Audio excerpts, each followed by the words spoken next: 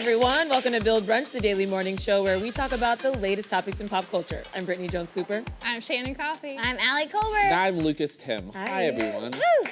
You're in for a good episode. Today we're going to talk about what cream cheese and jelly have to do with The Handmaid's Tale, Julianne Hough's bedroom secrets, and how one restaurant is Googling its guests. But first... The Little Mermaid is coming to TV this fall as a live musical. Moana star Auli'i Carvalho will play Ariel along with Queen Latifah as Ursula and Shaggy as Sebastian. Under the sea. I thought we were just going to go through and read all the... Just all of it in one. And we're done. 4-minute show. Oh, man. I mean, I can't wait for this. It's just so, like, I would probably normally have been excited about it because we have the live action movie that they just announced, it sort of feels like too much Little Mermaid. There's so many Disney remakes going on right now. Yeah. This is way too much. Can we spread them out? Well, That's what I mean. Like, I'm excited, but there's just too many. I'm surprised. Well, this is all connected, clearly. They must believe this would help with marketing of the film that is yet to be. I mean, it's going to take a while for the film to come out. What's it, 2021 it's going to come out? So it's going to be a few years. We'll be ready for it then. So I think they're thinking like, oh, let's drum up support. And the fact that ABC has never done a live musical before, I think, right? It's NBC and Fox have done the other one. Yeah. So this is a way for them to capitalize on the momentum of the announcement of the movie, I guess, right? Well, then what if people don't really like The Little Mermaid and then they are still making the movie, but they did this live one first and they're like, that could be a problem. You know what I mean? No, Like, what if it has horrible ratings? Mermaid. I'm just saying. But like, I'd never seen it on Broadway. Thinking of other possibilities. What's it like on Broadway? Like people in a lobster costume? Is that how it works? I'm genuinely asking a question. Like, how does it look as a live production? Yeah. So that's, I think, is different. Shaggy is Shaggy, right? Shaggy is gonna playing, be Sebastian. Yeah. And so he's gonna have. I'm gonna watch to see Shaggy in a lobster costume. Yeah. Right. Okay, in the Battle of the Ursulas, right? Melissa McCarthy and Queen Latifah, they're fighting it out. They're both like in their octopus get-ups. Who wins? I'm sorry, I have to say Queen Latifah on this one. Queen, I all mean, day. Queen Latifah, after having seen her musical chops in Chicago, and she has that epic bass almost to her good voice. to mama. Mama's good to you. Like, she's just gonna kill this. Melissa McCarthy is like amazing and like, you know, in that same way, like voluptuous and bubbly, but like, this is so Queen Latifah's role. Yeah. So that's how I feel. I feel like that's how everyone I know feels. So this is gonna be really hard for Melissa McCarthy to do this movie and be like, I'm not Queen Latifah. Right. What if she low-key has a good voice though? We just haven't heard it yet. I don't know. I feel like it's gonna be an Adele moment where she's like, this is really like, this belongs to Queen Latifah. Yeah. She's just gonna have to give it Well, up. Melissa McCarthy has like said how excited she is to watch Queen Latifah portray this role, and like she's so happy for it, and kind of not completely confirming the rumors that she'll play in the movie. But I'm sure the movie will be different because they're going to be using CGI with her character, so it will be. And she'll still kill it. And she's more of a movie actress. So I have faith in Melissa McCarthy, though I can't wait to see Queen Latifah. I'll watch for Queen Latifah. Latifah's a movie actress too. Yeah, absolutely. But no, I'm saying Melissa McCarthy's purely that, while Queen Latifah's also last night. theater. Have you seen Set It Off? Set It Off. Set It Off. It's such a good movie. like, Oh my God. Yeah. Remember that part? This will be cool. I mean, she was the Wiz in the Wiz on the live action. She was. She was the Wiz and the Wiz. The best credit ever. If you ever want to be a good actor, just be the Wiz and the Wiz. Be the Wiz, the Wiz. Be the fucking Wiz. When I think of home. Yeah, I like that one. Who do we think they're gonna cast for the rest of the, like, who's gonna play Prince Eric in this one? I mean, there's. Hopefully me. You know? Yeah, Shannon's. You know what? I stand that. Thank you. Who would be a good Prince Eric? Bitch me. Yeah. I said it. We just cast it. Did you miss that? Sorry, I was just, The actress who played Moana is such a great singer, so I just want someone as equally as good as her. She's amazing. Also, so good. She's playing another sea-loving character. Yeah. Oh, did you think typecast a little bit? Like she only plays like characters that love the sea. Well, actually, Ariel wants to leave the sea. So very anti-Moana. She's on her way out. She's on her way out. Yeah. So, but then also this is clearly this is another diverse casting. Yeah, I was gonna say, how come nobody was pissed off that she? Maybe like, why did they care that Hallie was black, but they don't care that this girl's not? Because redhead white girl. In the end, I think that reaction was overblown, and people were just like got it all out of their systems. The racists right now are really busy with other things, like gun violence. So I think maybe they just don't care about this right now. You're right. Yeah, you're absolutely right. Well, guys, moving on, during a recent appearance on Jimmy Kimmel Live, Handmaid's Tale actress Elizabeth Moss recounted some of the craziest moments on set. Take a look. What is the worst scene you've had to work through? Something that you truly did not enjoy doing? Probably the birth scene in season 2 where I had to give birth like by myself, naked. No wetsuit at all. There was no wetsuit. Yeah. No, I should have had a wetsuit. Yeah, that's no good. Yeah. But people kept asking me, like, are you okay? I know this is a really hard D for you. Like, are you doing all right? And I was like, you know, I'm not really giving birth, right? Like, this is fake. Like, I think this is easier than actually giving birth. Did you have real babies around? Yeah. Oh, yeah. We had a couple of them. And there was one baby that, in order to get that, you know, post-birth look, gook? the gook that comes on the baby, they put cream cheese and jelly on the baby, which is like, yeah, I know. Aw. That baby was not all. That baby was not having it. Oh man. Oh, man, I love that clip. I want that baby toasted on a bagel. Oh God. Yeah, That baby Yeah, I think that sounds baby yummy. is the bagel. If Yeah. you had to eat any part of a baby, what part would you eat? Ooh. I would do the foot. That's what I was gonna say. say. I The think little their toes. feet look like baby feet look like Delicious. empanadas. They look like they're stuffed with good cheese, and you can just like go and then it's just gonna like melt down and you'll be like, you nasty little empanada feet. Like, oh, it's so good. There is a reason. There is a reason people say you're so cute I can eat you. I mean, Yeah. there is Yeah. that did originate from someone I- being like, I can actually eat this baby. Ah. They're so cute. I really have cute aggression. Yeah. Like with my dog especially, like, I want to eat my dog. Yeah. I do with my nieces and nephews when I go home. You eat them? I do. But I do the thing where I hug them and I kind of go "Ah, rah, rah, rah," in their necks. And I love it. And they're like, when they get older, they're like, stop. They're And the- I'm like, it's Yeah. kind of me like fake eating them because I love them so When they're in Oh, therapy, yeah. I have this memory of my like aunt Like just gnawing at- at my neck, and it haunts my dreams. Yeah. What is that about? Yeah, I want to eat so many people. Yeah, maybe someday cannibalism will be like more accepted. You know, it's like it's hard times right now for us cannibals. LGBTC. Yeah, you know. Oh my god. when I saw this story, I got really worried about like, cause you know how in Game of Thrones they're like, do the horses know they're acting or do they think they're actually at war? And I was like, how weird is it to be like a baby, like an infant, and like they're like pretending you're coming out of a woman and you're like a baby and you're like, I already went through this. Yeah. Like, I don't even know her. Why am I in her fucking But- genital region? I mean- why am I covered in jelly? Like I didn't sign up for this. I totally agree with you. I mean, I often think about the parents that are willing to bring their like Yeah. super young, less than a year-old kids onto a movie set. Like, that's not cool. But I mean, babies are dumb. Like, they don't know what's happening. Or they're still, like, forgetting their past life. So it's like, they're Yeah. not even Or really they here. know everything. You know what I mean? Like, they're just, as long as you feed them and change them, they're fine. Babies are, like, the most resilient beings on the Honestly, planet. I wish I had parents that believed me enough as a baby to put me on the TV. I mean, what great parents to already started so young or whatever.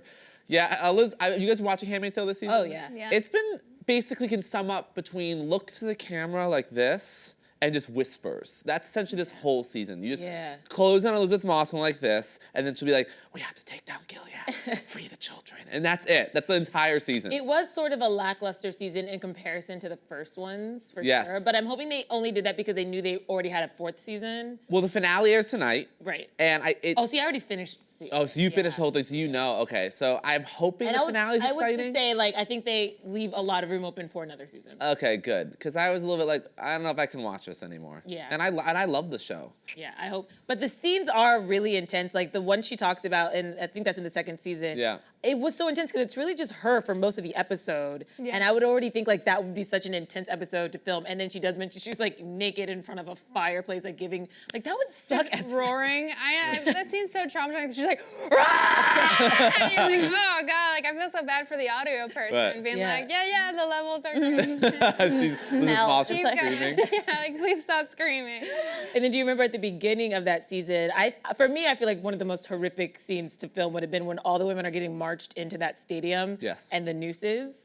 Like, can you imagine filming a scene like that where everybody has a noose around their neck? Like, There are a lot of scenes. how triggering that would be. Yeah, that's so triggering. Yeah. But honestly, Handmaid's Tale has become a light distraction before going to bed, I think, based off the news, based off news in real life, honestly. Handmaid's Tale doesn't scare me as much anymore. I know people always think that that's a joke, and I'm like, No, honestly, it's- like it's not. it's Like I don't 100% not. understand why it's so hard to like really face our reality and like admit like it's fucking grim, dude. Yeah. Like, I'm I'm surprised that we're here today. Like, well, I think when Handmaid still began, now. so when they wrote season 1, the intention, they thought Hillary's gonna win, and then Trump wins, and it becomes like Trump's president. Everyone's like, oh my God, this is what's gonna happen. Yeah. This is crazy.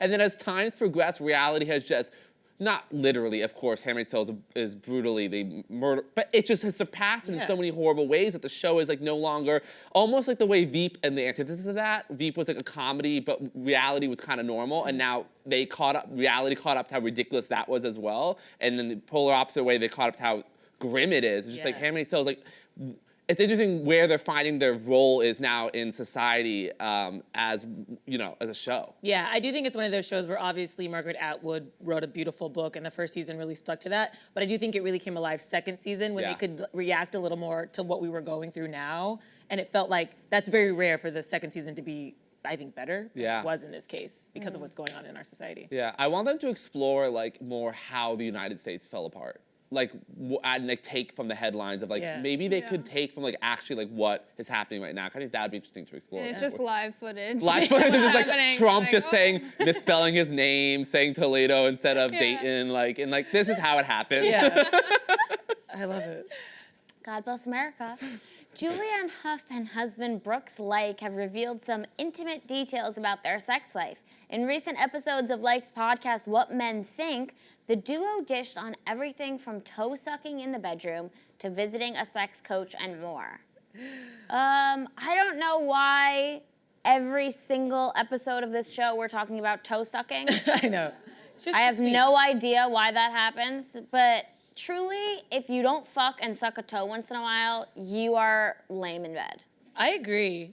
I'm sorry, like, I'm not gonna pretend like it's not. You obviously like lick your partner. What's going on? Like, I don't understand why everyone's like, toe sucking. Like, yeah, duh. I don't understand. What's interesting to me about this couple is that she grew up Mormon, and both her and her brother were very vocal about their like upbringing and how they were kind of like more conservative when it came to sex and all of this stuff. And then she marries this guy, and now she's just like super free. So I think that's why this is extra interesting, because she was so closed off before. Right. And then she got married and started talking about sex, where you would think it's kind of the opposite. Yeah, now she's letting her freak flag fly. Yeah, which is like good for her. She found a partner who she feels like safe with and she can talk about. Because the headline earlier this week was that she was like, well, I wasn't straight when I met him and I told him that, but I chose him. Like, I chose him as a person, not based on his gender. And that's something she had never talked about before. But I do like seeing her like be more sex positive and open. Because I can only imagine growing up like so strict and religious and like feeling suppressed about your sexuality and your identity. And she dated Ryan Seacrest. Yeah. So she was in a long-term lesbian relationship.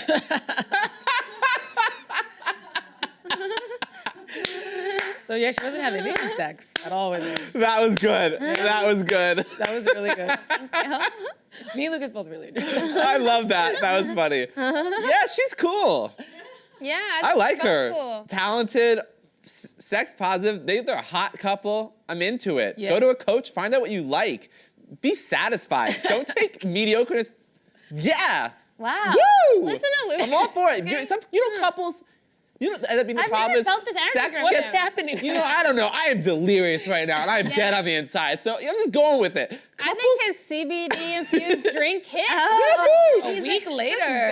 Let's go. I think couples often accept mediocre sex as the norm, and I think what this is cool about, and often is the root of so much problems with couples, is instead of addressing being unsatisfied in bed, they addressed it head on, and they figured out and fixed it, and they're working on it, instead of just being like, he doesn't make me orgasm, so I'm just gonna be in this miserable relationship forever, or I'm gonna cheat on her because she doesn't, this is actually a cool example of just like talking about it, because we've discussed how Americans don't like talking about sex as our puritanical society we're based from, but so I'm all for I love this personality. Yeah, you got really what came over me? I don't know. What's in this donut cup? Oh my God. but you're right. You're so right, Lucas. I totally agree with Lucas. you. I do. I agree. Like, I feel like I saw a lot of headlines where people were like, TMI. We don't want to know you have toes. And it's like, geez, guys, why are we so uptight? Like, it's really weird. Like, I feel like we live in this world where there's like some people doing cool shit. They're sex positive, and some people being like, we're angry that you acknowledged you have sex with your husband. Right.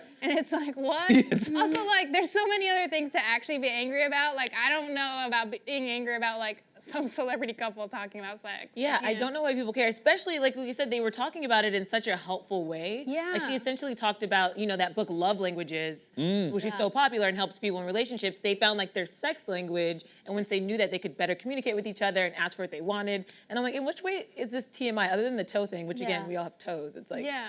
What if your love language is alone time? your sex language, your sex love Your language. sex language is distance? Could be. Could be. Also, it's not really a celebrity couple. It's kind of just a normal couple. I'm not sure her profile's rising up a little bit. I don't know him. He's a hockey player. Yeah. Hockey? Yeah. NHL. Wow. Hockey. He's in the NHL. Yes, hockey. In No, NHL. I was doubting. I thought maybe it was, I Wait. thought NFL, I read it wrong, No. but yes, They hockey, sure. must be a celebrity couple because we included them in the show and we had both their names in the prompter. And we're a pop culture show where we cover celebrity stories. The Yeah, latest topics in pop Oh, culture. I think, they count. yeah, You're right. she did the math. Producers, Yeah. can we confirm that this is at least a D-list celebrity couple? Yeah. Okay, got it, yeah. Okay. Just never doubt the work we do here. I'm glad you confirmed that. Yeah, anytime. Also, oh wait, what? She's Allie, cute, man. You're cut. Julianne Hough? For shit. Yeah, Julia. She's very talented. Have you seen her dance? Yes. Oh, Remember yeah, I've when seen she her dressed dance. up as Crazy Eyes? Oh, I was gonna avoid that because I thought we were doing we were liking her when she did that. That was Wasn't gonna That bring that up. blackface? that was bad. You know, even Why'd good she do people that? make mistakes. Why'd you do that? Yeah. Halloween, and she really loved Orange is the New Black. But that's worse than Luann's Diana Did she do Ross blackface? stuff.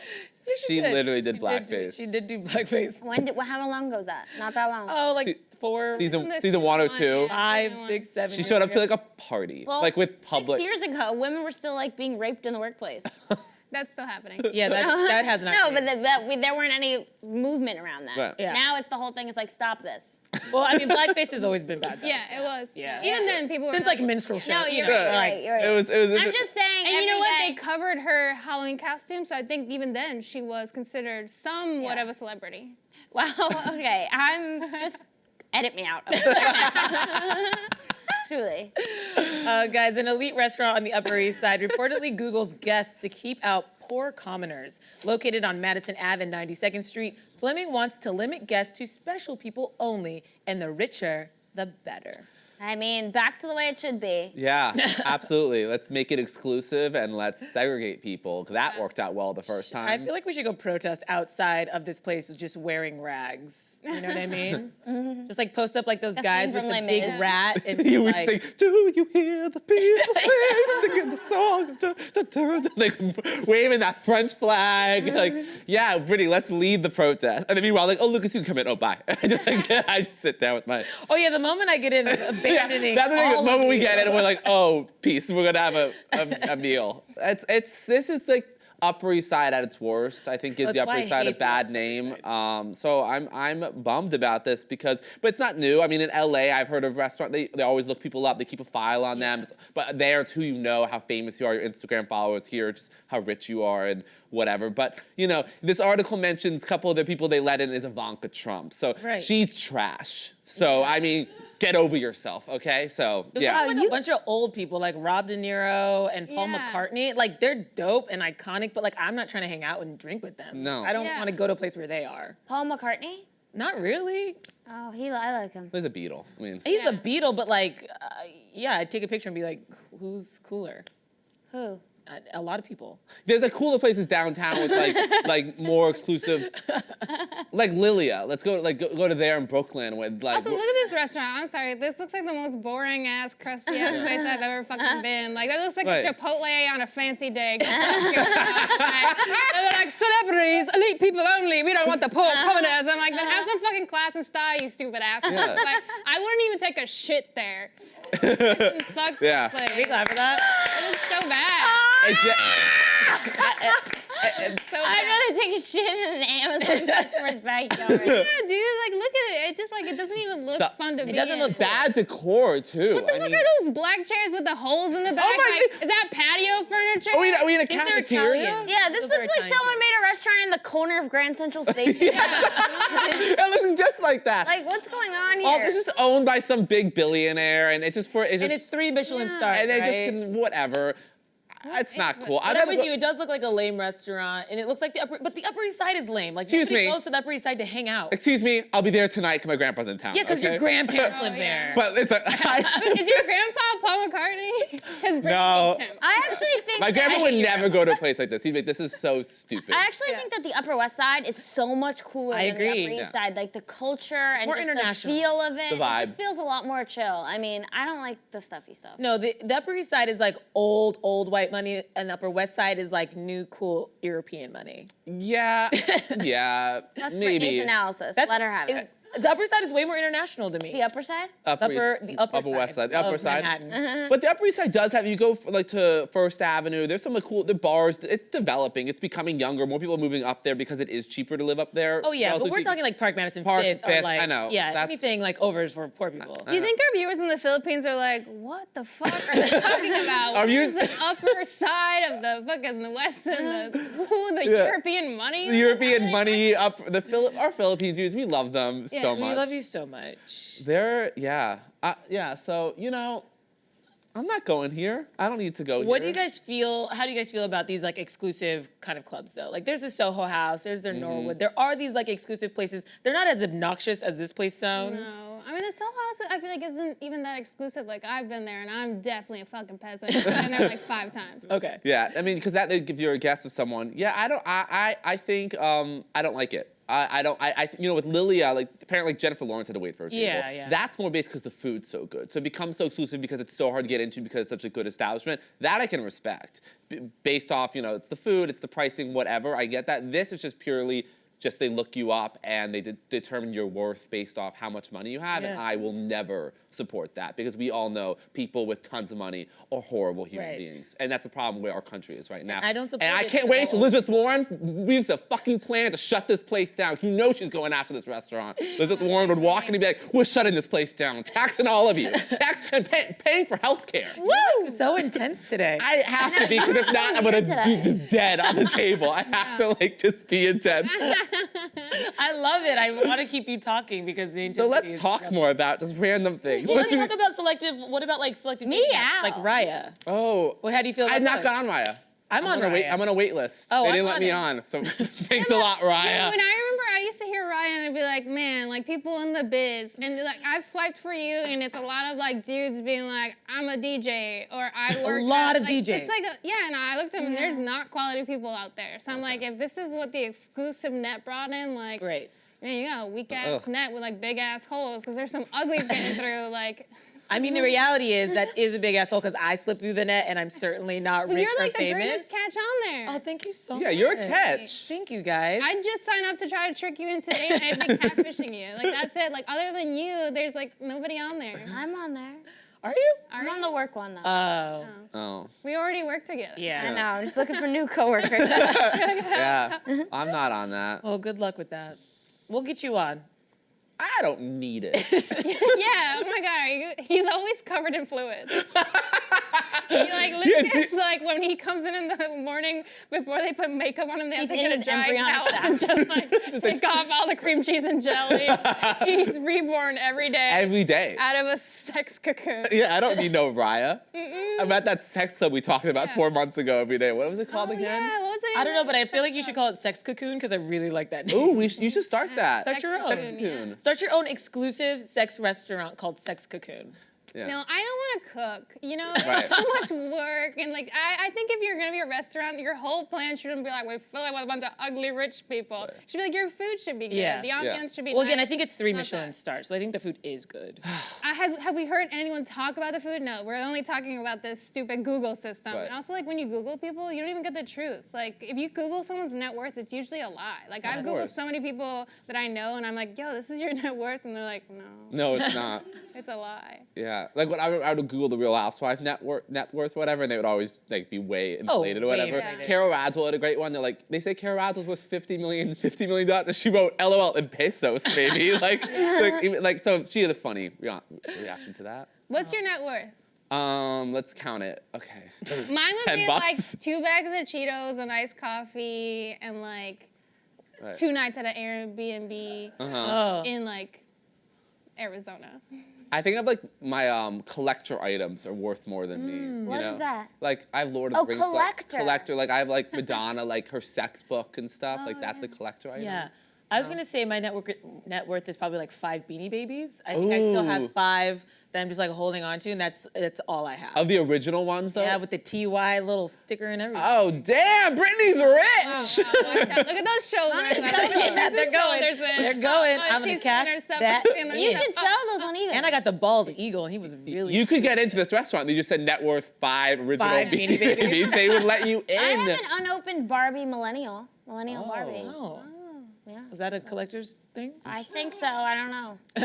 Yeah. You better Google her net worth. That's all I got. We'll look into that. In the meantime, guys, that's all from us. We'll see you tomorrow, same time, same table. I could have kept going.